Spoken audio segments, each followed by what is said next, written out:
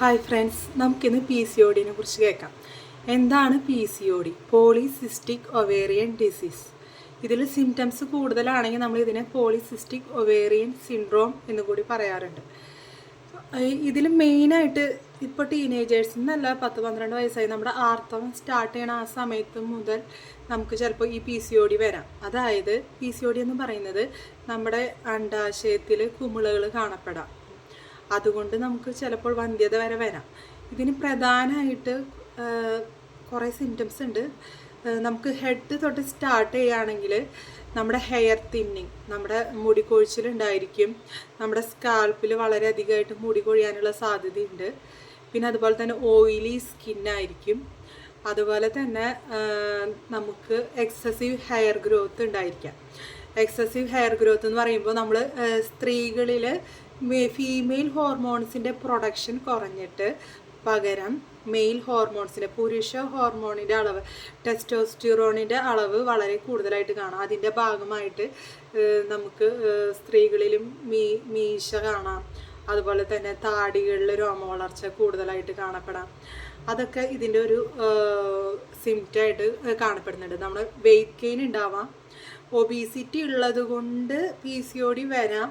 P C O D ഉള്ളത് കൊണ്ട് നമുക്ക് വെയ്റ്റ് ഗെയിൻ കൂടാനും സാധ്യതയുണ്ട്.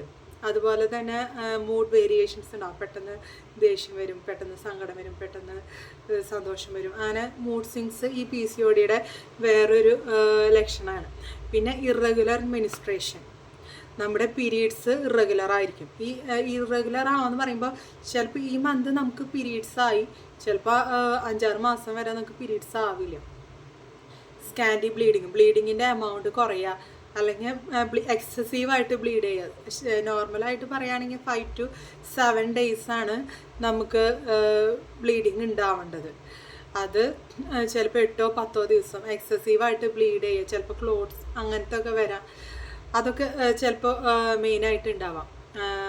പിന്നെ അതുപോലെ തന്നെ അക്കാന്തോസിസ് നിഗ്രിഗൻസ്, അതായത് നമ്മുടെ പിറകുവശത്ത് ഡാർക്ക് വെൽവെറ്റി പാച്ചസ്, ഡാർക്ക് കളറിൽ ഡിസ്കളറേഷൻസ് കാണാം.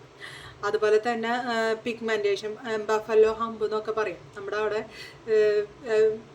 കൂടുതലായിട്ട് അവിടെ വെയിറ്റ് ഗെയിൻ, ഫാറ്റ് ഡെപ്പോസിറ്റ് ചെയ്യണ പോലെ കാണാം. അതൊക്കെ ഈ പി സി ഒ ഡി മെയിനായിട്ട് പിന്നെ കാണപ്പെടുന്ന രോഗലക്ഷണങ്ങളാണ് ഇതൊക്കെ.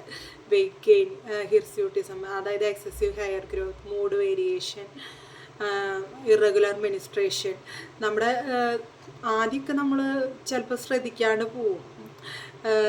പീരീഡ്സ് റെഗുലർ ആകുമ്പോൾ നമ്മൾ ചിലപ്പോൾ ചെറുപ്പത്തിൽ നമ്മളത് ശ്രദ്ധിക്കാണ്ട് വിട്ടുപോകും. പിന്നീട് നമ്മൾ ആഫ്റ്റർ മാരേജ്, കല്യാണ ശേഷം കുഞ്ഞുങ്ങൾ ഉണ്ടാവാണ്ടിരിക്കുക, പീരീഡ്സ് റെഗുലർ ആവാണ്ടിരിക്കുക, അപ്പോഴാണ് നമ്മളിത് ശ്രദ്ധിക്കുക. പക്ഷെ ആദ്യമേ തന്നെ നമ്മൾ ടീനേജ് പ്രായത്തിൽ തന്നെ ഇങ്ങനെ മെനിസ്ട്രേഷൻ ഇറഗുലാരിറ്റീസ് കാണുമ്പോൾ അത് ഡോക്ടറെ കണ്ട് ട്രീറ്റ് ചെയ്യുകയാണെങ്കിൽ വളരെ നല്ലതാണ്. അല്ലെങ്കിൽ ഭാവിയിൽ അത് നമുക്ക് കുഞ്ഞുങ്ങളില്ലാണ്ടിരിക്കാനൊക്കെ ഇടവരും, വളരെ വലിയ അസുഖങ്ങളായിട്ട് മാറാം. അതുകൊണ്ട് സ്റ്റാർട്ടിങ്ങിൽ തന്നെ നമ്മൾ ട്രീറ്റ് ചെയ്യണം. ഇതെങ്ങനെയാണ് കണ്ടുപിടിക്കുക? ഹോർമോണൽ ചെക്കപ്പാണ് മെയിനായിട്ട് ഇതിൻ്റെ ഡയഗ്നോസിസ് എന്ന് പറയുന്നത്.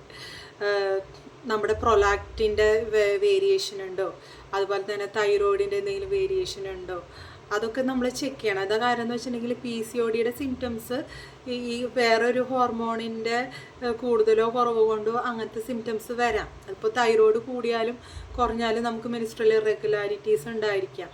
അതുകൊണ്ട് ഇത് ചെക്ക് ചെയ്യുമ്പോൾ എല്ലാ ഹോർമോൺസും ചെക്ക് ചെയ്യുക. പ്രൊലാക്റ്റിൻ ചെക്ക് ചെയ്യുക, തൈറോയ്ഡ് ചെക്ക് ചെയ്യുക. നമ്മൾ USG ചെക്ക് ചെയ്യുകയാണെങ്കിൽ നമുക്ക് ഈ പി സി ഒ ഡി ഉള്ളത് നമുക്കറിയാൻ പറ്റും. അപ്പോൾ ഞാൻ പറഞ്ഞ ഈ സിംറ്റംസ് ഒക്കെ ഉണ്ടെങ്കിൽ നമ്മൾ ഡോക്ടറെ, ഗൈനക്കോളജിസ്റ്റിനെ പോയി കണ്ട് ശരിയായ ട്രീറ്റ്മെൻറ്റ് എടുക്കുക. എന്താണ് ഇതിന് മെയിനായിട്ട് നമ്മൾ മാനേജ് ചെയ്യുക? നമ്മുടെ ലൈഫ് സ്റ്റൈൽ മോഡിഫിക്കേഷൻ തന്നെ മതിയാവും. ചിലപ്പോൾ ചില പി സി ഒ ഡിയിൽ വലിയ സിംറ്റംസ് ഒന്നും ഉണ്ടാവില്ല. നമുക്കിപ്പോൾ ചിലപ്പോൾ വണ്ണം കൂടിയവരിൽ മാത്രമല്ല പി സി ഒ ഡി ഉണ്ടാവുക, മെലിഞ്ഞവരിലും പി സി ഒ ഡി കാണാം. ചിലവരിൽ ഒറ്റ സിംറ്റംസ് ഉണ്ടാവില്ല, പിന്നീട് വേറെ എന്തെങ്കിലുമൊക്കെ വരുമ്പോഴാണ് നമ്മളത് അറിയുക. അപ്പോൾ വണ്ണം കൂടിയവരിൽ മാത്രമാണ് പി സി ഒ ഡി ഉണ്ടാവുക എന്നുള്ള ഒരു ധാരണ നമുക്ക് വേണ്ട. നമ്മുടെ ലൈഫ് സ്റ്റൈൽ മോഡിഫിക്കേഷനാണ് ഏറ്റവും അധികം വേണ്ടത്. ജങ്ക് ഫുഡ് അവോയ്ഡ് ചെയ്യുക. പുറത്ത് നമ്മളിപ്പോൾ എപ്പോഴും ഹോട്ടലിൽ നിന്ന് പോയി ഫുഡ് കഴിക്കുക, അതൊക്കെ അവോയ്ഡ് ചെയ്യുക. അതുപോലെ തന്നെ ജങ്ക് ഫുഡ് അവോയ്ഡ് ചെയ്യുക, കളേർഡ് ഫുഡ്സൊക്കെ അവോയ്ഡ് ചെയ്യുക, റെഡ് മീറ്റ് അവോയ്ഡ് ചെയ്യുക. നമ്മുടെ എപ്പോഴും ഹോം ഫുഡ് കഴിക്കുക, അതായിരിക്കും ഏറ്റവും നല്ലത്. വെയിറ്റ് കുറയ്ക്കുക, ശരിയായ യോഗ, അതൊക്കെ നല്ലതാണ്. എക്സസൈസ് ചെയ്യുക. എക്സസൈസ് ചെയ്യാന്ന് പറഞ്ഞാൽ വെറുതെ ഒരു 10 മിനിറ്റ് 15 മിനിറ്റ് ചെയ്തിട്ട് കാര്യമില്ല. നമ്മൾ നന്നായിട്ട് സ്വെറ്റ് ചെയ്യണം, വിയർത്ത് എക്സസൈസ് ചെയ്യണം. 1 മണിക്കൂർ 1.5 മണിക്കൂർ നന്നായിട്ട് എക്സസൈസ് ചെയ്യണം. ഈ PCODയിൽ മെയിനായിട്ട് ട്രീറ്റ്മെൻറ്റ് വേണ്ടി വരാൻ നമുക്ക് മെനിസ്ട്രേഷൻ കറക്റ്റ് ആവണില്ല, കുഞ്ഞുങ്ങൾ ഉണ്ടാവില്ലെങ്കിൽ നമുക്ക് ഹോർമോണൽ ടാബ്ലറ്റ്സൊക്കെ കഴിക്കേണ്ടി വരും.